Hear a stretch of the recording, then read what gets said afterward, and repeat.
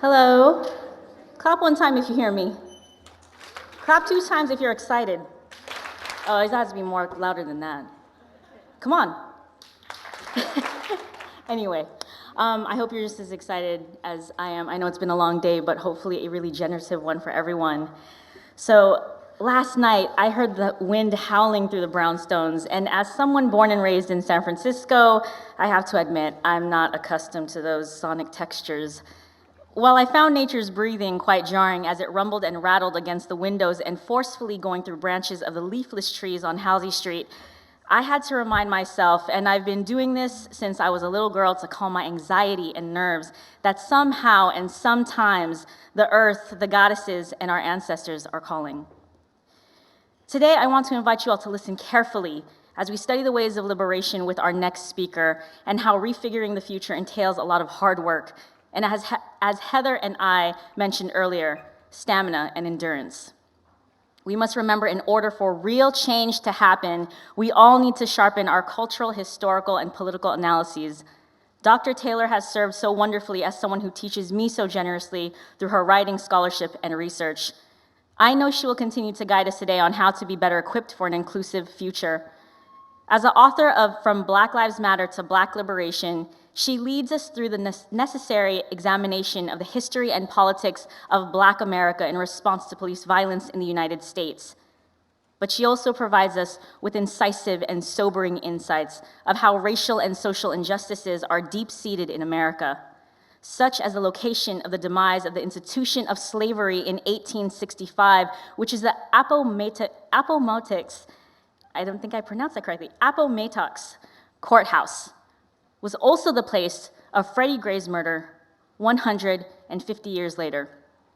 And I feel compelled to share an excerpt of her work, quote, "The distance from the end of the Civil War with the birth of Black citizenship and civil rights to the state-sanctioned beating and torture of Freddie Gray constitutes the gap between formal equality before the law and the self-determination and self-possession inherent in actual freedom, the right to be free from oppression, the right to make determinations about your life free from duress, coercion, or threat of harm.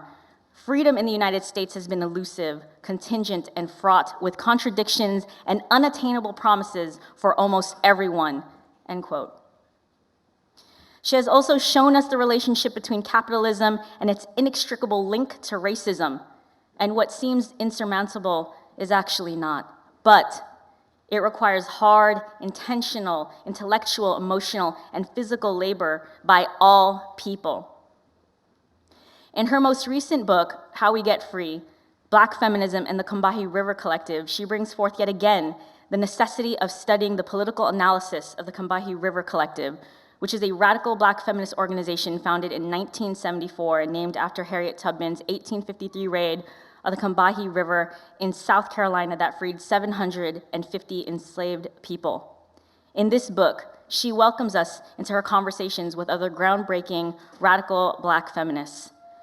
Now, I would be up here for a while if I had to list all of her accomplishments, but I feel beholden to speak to her research, which examines race and public policy related to American housing policies. She also has a forthcoming book titled Race for Profit, Black Housing and the Urban Crisis of the 1970s, which looks at the federal government's promotion of single-family home ownership in Black communities after the urban rebellions of the 1960s. Her work also looks at how the federal government's turn to market-based solutions in its low-income housing programs in the 1970s impacted Black neighborhoods, Black women on welfare, and the emergent discourses on the urban underclass. Dr. Taylor's research has been supported in part by multi-year Northwestern University Presidential Fellowship, the Ford Foundation, and the Lannan Foundation. She received her PhD from the Department of African American Studies at Northwestern University, and she's currently an assistant professor in the Department of African American Studies at Princeton University.